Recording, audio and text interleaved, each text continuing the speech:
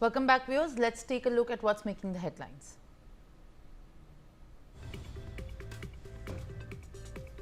Prime Minister Narendra Modi departs for Croatia, marking the final stop of his three-nation tour after wrapping up a productive visit to Canada ahead of the G7 summit. Prime Minister Narendra Modi held a telephonic conversation with Donald Trump, categorically telling him and making it clear that India halted the Operation Sindoor because Pakistan begged for a ceasefire. In a big breakthrough in ties, India and Canada agreed to reinstate ambassadors to each other's capitals months after bitter diplomatic fallout between New Delhi and Ottawa.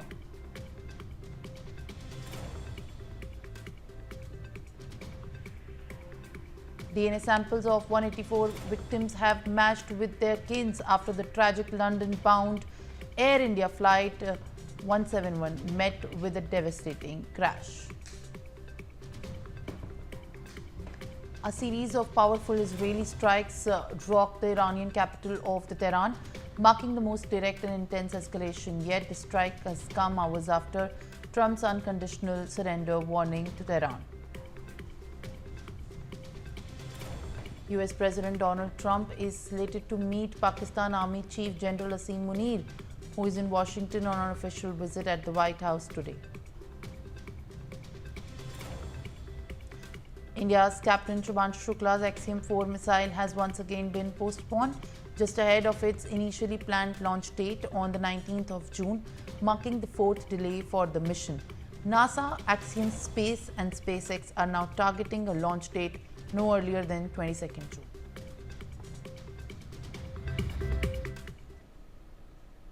Now, viewers, focus is back on tracking the developments that we are in fact picking up. Massive searches launched in Kishtwar area of Jammu and Kashmir after suspected movement of the terrorist. Suspected terrorist of Jaish-e group spotted by the joint forces in the Singhpura area of Chatru in Kishtwar. Movement was seen close to civilian areas by forces. Joint operation launched on intelligence input by Indian Army and Jammu and Kashmir Police. Ajay Jandyal is joining me with more updates. The suspected movement of terrorists has triggered a massive search operation in Kishtwar, where in fact the search operation is currently underway under the terror crackdown by the security agencies. Ajay, what are you picking up in the latest of these developments that we are getting to know from the Kishtwar district of Jammu and Kashmir? Yes, it was late evening when security forces got some specific input about the presence of some terrorists in that area, and immediately after this report came that some group of terrorists was spotted over there in the Singhpura area of Chatru, which is a far-flung area of Kishtwar district. Immediately, security forces they rushed to the spot, and the area was cordoned off. But because of the night, the searches were started early in the morning, and searches are still going on because there are input with the security agencies that number of terrorists are active in this area of Kishtwar is about 8 to 10. So they seems to be of the Jaish-e-Mohammed terror groups, those who are responsible for a number of incidents in the Kishtwar district, and we have seen that in the recent past how security forces they have neutralized two groups of terrorists in Kishtwar. Two was killed about 6 months back, and last one group of 3 terrorists was also neutralized by the security forces. So forces they are on the job, and definitely it is to ensure that terrorists, those who are hiding in these areas, they have to be neutralized, they have to be nabbed as soon as possible. We have seen that in the recent past how major operations against the overgrown workers and the terror associates that was also launched by the security forces to ensure that these terror associates will not be able to refuel the terrorism in Jammu and Kashmir. All right, in fact, Ajay, with these details, thank you very much for sharing further information. Now, from there, let's also shift our focus to more developments. Prime Minister Narendra Modi has dialed US President Donald Trump following the G7 summit, with the two leaders holding a 35-minute long phone call after being unable to meet at the summit due to the President Trump's early departure. Foreign Secretary Vikram Misri shared that on Prime Minister Narendra Modi has briefed Trump on the Operation Sindoor, while firmly conveying that India never has and never will accept mediation on the issues with Pakistan. The talk between the two leaders comes hours before Trump is set to meet Pakistani Army Chief General Asim Munir, who is currently on a visit to the United States. The meeting has been confirmed by a White House itinerary of the president for the 18th of the June, and this has come after the White House had denied the reports that it has invited Munir to the celebration parade of the United States military. Munir, who is on a 5-day visit to the United States, faced large-scale protests by the Pakistani diaspora there. Aditya Vadhavan joins me live on the broadcast. In fact, on that, as Prime Minister Narendra Modi has spoken with the United States President for 35 minutes with clearing India's stand and position. As far as the decision on the ceasefire is concerned, what larger message is this going to give, Aditya, as far as the G7 7-bloc nation is also concerned? Well, absolutely, Simran. This 35 minutes call between Prime Minister Narendra Modi and US President Donald Trump, this will give a clear message to everybody that Pakistan supports terrorism and it harbors several UN-based designated terrorists. Since this India launched Operation Sindoor on Pakistan, the world, without any doubt, be it United States or be it the G7 countries or be it the European Union, everybody has supported India's military action against Pakistan, and they continue to do so. And this has further paved the way for Pakistan to be declared to be globally isolated. And as you rightly pointed out, Asim Munir, the Pakistani Army General, faced opposition from the Pakistani diaspora in the United States. This shows, what image these Pakistani army generals and politicians carry, when they travel abroad. So at this juncture, Pakistan has been completely exposed, and everybody in the world, including the United States, European Union, and G7 countries, stand with India with complete solidarity at this juncture. Yes, Simran. Well, absolutely. In fact, at this point of time, this is what we are learning. And joining me live on the broadcast is Ambassador KP Fabian, who's a former diplomat. Thank you very much, sir, for being with us on the broadcast. And these details which are coming at this point of time, how do you react to it? US President Donald Trump is going to host Pakistan's Army Chief Field Marshal Asim Munir. Earlier had denied the reports of him being invited to US, and now on a lunch, the White House has revealed amid the turbulent developments in Washington, this is what is happening. And this is also, of course, come at a time when India has abundantly made it clear in a conversation with Donald Trump, as Prime Minister Narendra Modi stated, that no interventions or the kind of mediations are anticipated and welcomed as far as ceasefire and the retaliation of attacks with Pakistan is there. How do you react to this? Well, above all, we have to understand President Trump's psychology, and secondly, his interest in doing business. Now, coming to psychology, President Trump wants to get the Nobel Peace Prize, so that is why he said that he had mediated a ceasefire between India and Pakistan. So, go on saying that. There is no point in our coming out with a denial again and again. Best thing is to ignore it. Because how can there be mediation unless both parties go to the mediator? Now, in this case, Pakistan did go, but India did not. Obviously, there was no mediation. At the same time, we should also recognize, and we should have recognized it publicly, that when India struck hard, and a time came when Pakistan, I'm talking about the 9th, 10th night, when a time came when of May, the Pakistan did not know what to do, whether to escalate, de-escalate, or ask for a ceasefire.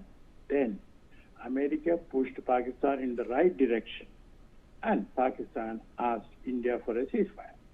So that we can recognize.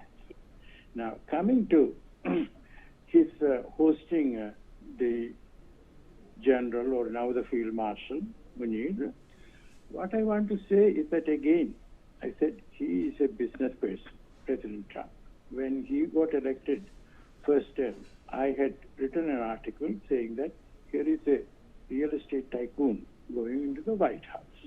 And that remains even now. You know that President Trump's son had gone to Pakistan and had called on the general. And what did they discuss? Cryptocurrency operations. And Pakistan has pledged to do much business with President Trump's family company. So all these things we have to take into account and understand and not overreact. All right, in fact, Mr. Fabian, thank you very much. While these are the reports that we are tracking at this point of time, it is also important to note that in the view of this very crucial meeting, the US President scheduled for Wednesday shows him having a closed door lunch with the Chief of Army Staff of the Islamic Republic of Pakistan today at 1 p.m. All right, thank you very much, sir, for being with us on the broadcast. And now, with that, let's also pick up major developments. Russia's foreign ministry has denounced continued Israeli strikes on Iran as illegal and said that a solution to the conflict over Tehran's nuclear program can only be found through diplomacy. He has further asserted that the threats to international security are unacceptable and can potentially push the world to a nuclear catastrophe.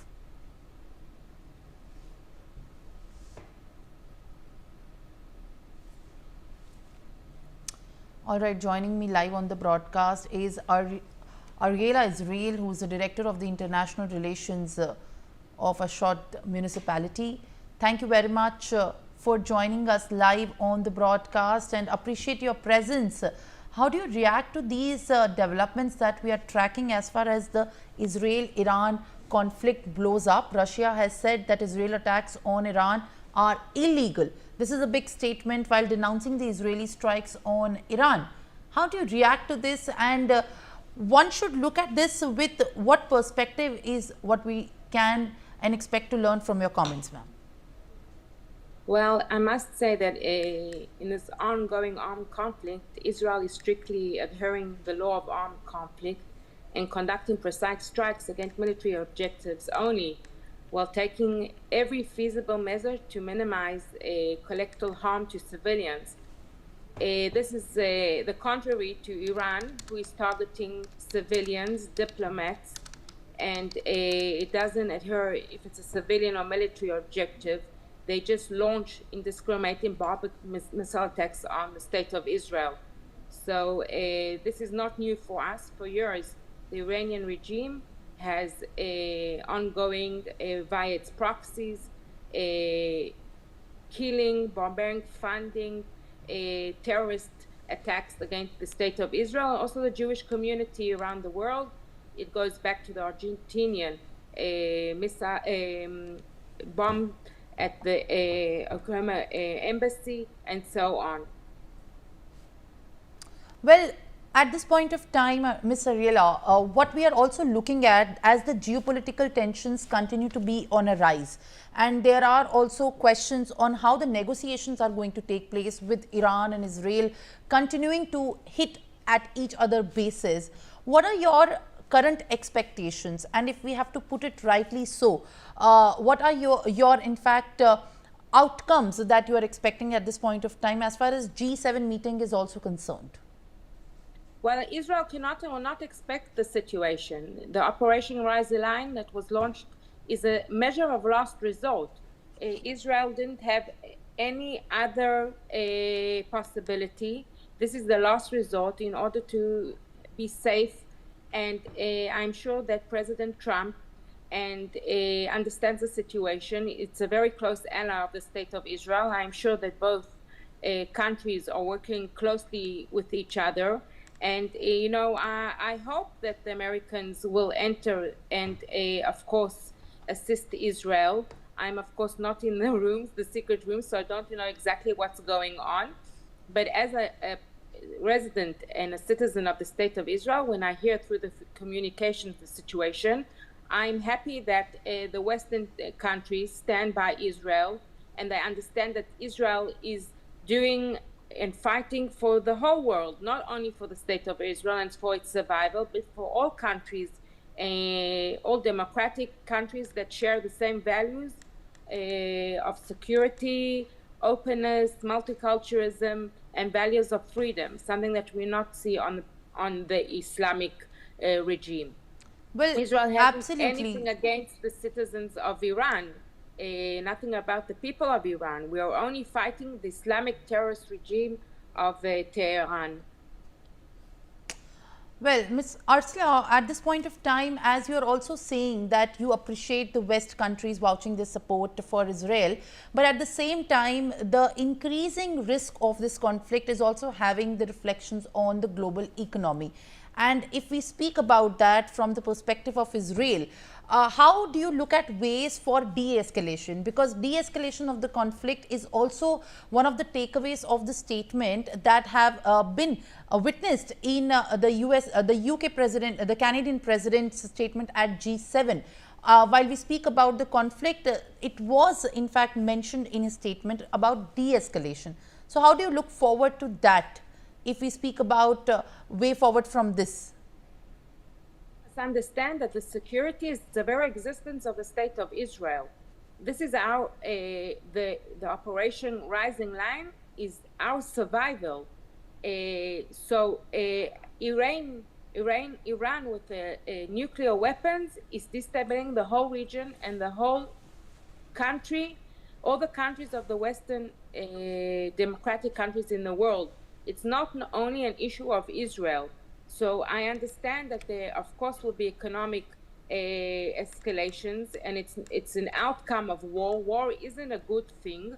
People must remember that. But on the other hand, this is the only solution that the state of Israel has for its survival. It has to be done. It's about time.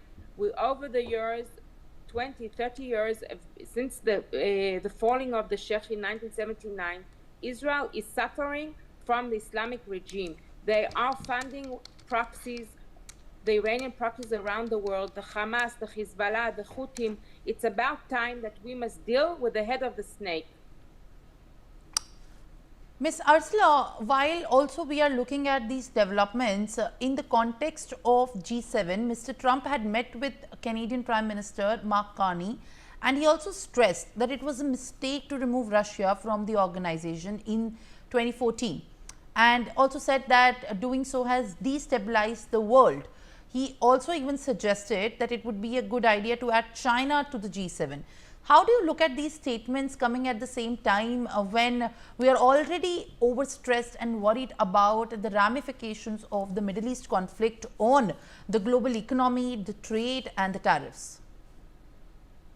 Well, the war now, the operation, of course, is it's against the ongoing aggression poses on the existential threat of Israel, and this threat is, of course, infecting international peace and security. This is why Israel once again will continue to take measures necessary to protect itself and its citizens in full accordance with international law, and of course, this have effects also on the economy of all states. But people once again must understand that the government of Israel and the IDF are doing everything in order to eliminate the threat on the state of Israel, and of course give hopefully in the near future a new era for the Middle East and for the world.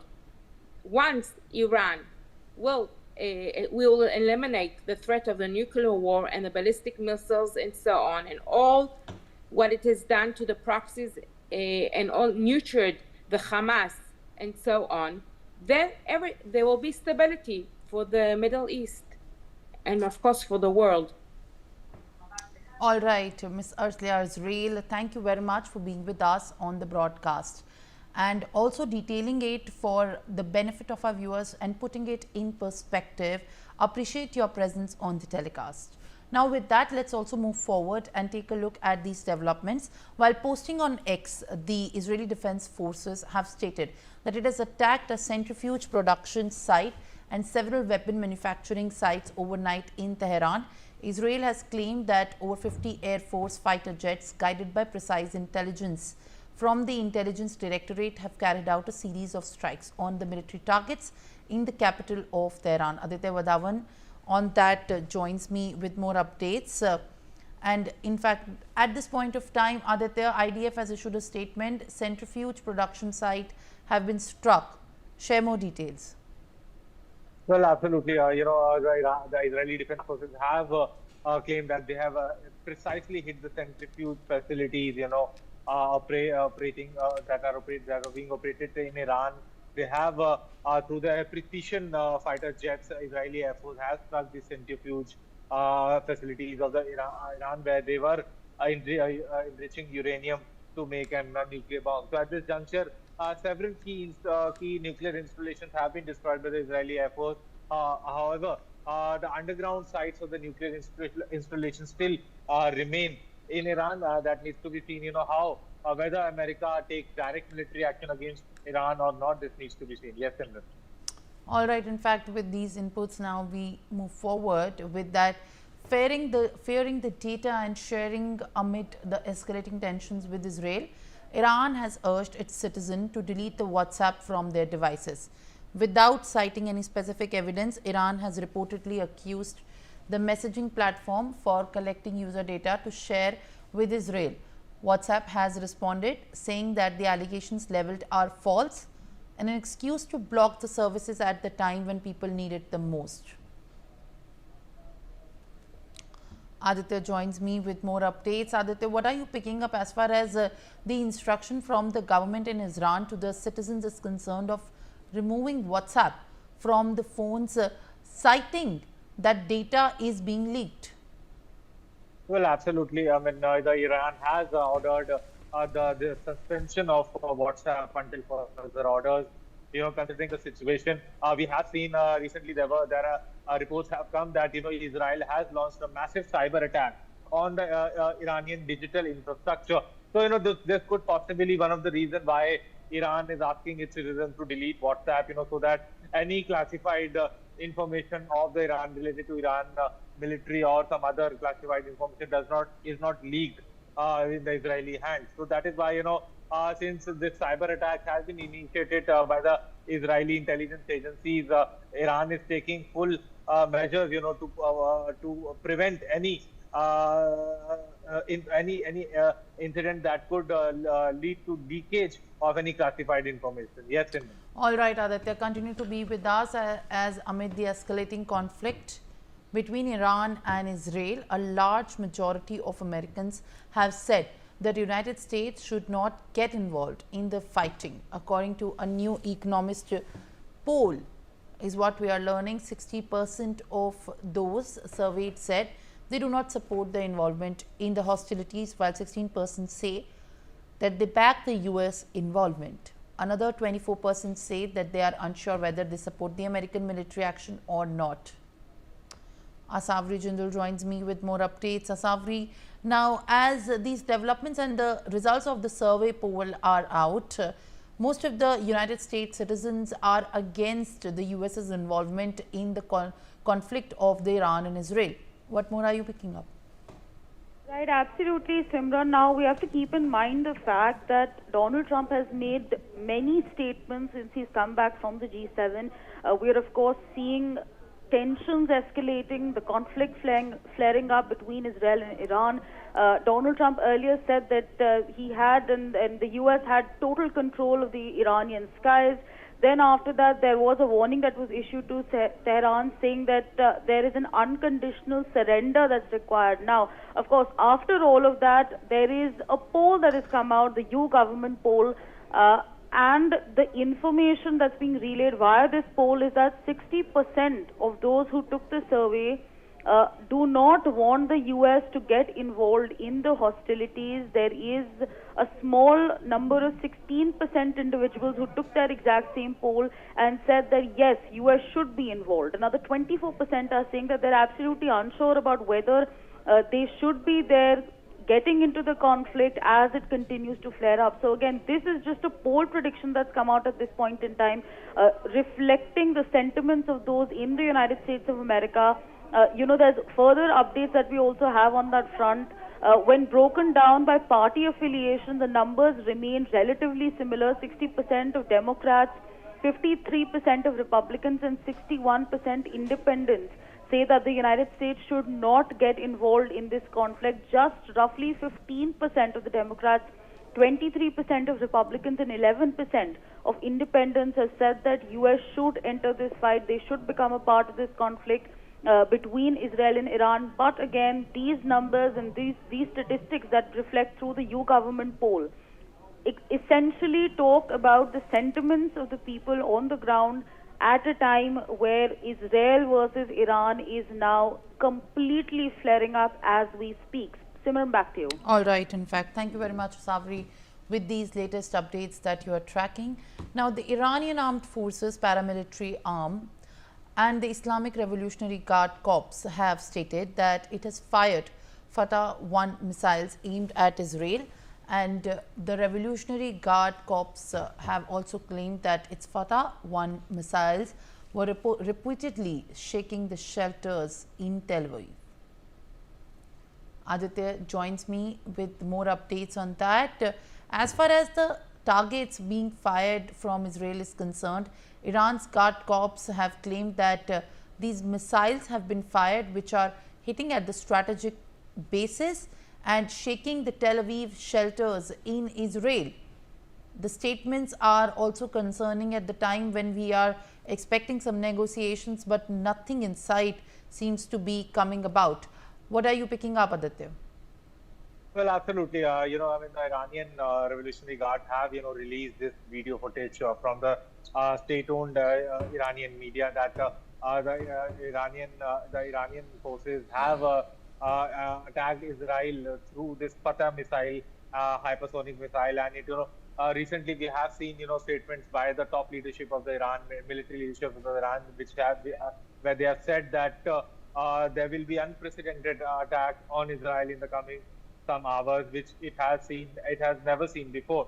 So all these statements also from the Israeli side, we have seen that they are now wanting to eliminate the Iranian Supreme Head Ayatollah Ali Khamenei. So all these bombastic statements are coming from both the sides, which indicate to the fact that this escalation in the Middle East will now definitely increase to some unacceptable levels. Yes, Simran. All right, Aditya, thank you very much with the latest updates. Now, what we are learning further is that chiefs chintan an interaction between the Army Chief General Upendra Dwivedi and the former army was held at the Manekshaw Center in the national capital. The Indian Army has stated that the event conducted after Operation Sindoor aims to leverage the vast experience and the strategic insights of the former army chiefs to shape the Indian Army's future. The key focus of the event was a detailed briefing on the Operation Sindoor, emphasizing joint operations and strategic impact. The former army chiefs have shared the valuable insights and recommendations contributing to the ongoing capacity enhancement and organizational reforms. The event reaffirmed the collective commitment of the current and the former leaders to ensure the Indian Army remains future ready. Arzu Seth is joining me with more updates. General Upendra Dwivedi meets the former army chiefs at the Manekshaw Center. Arzu, what are you picking up?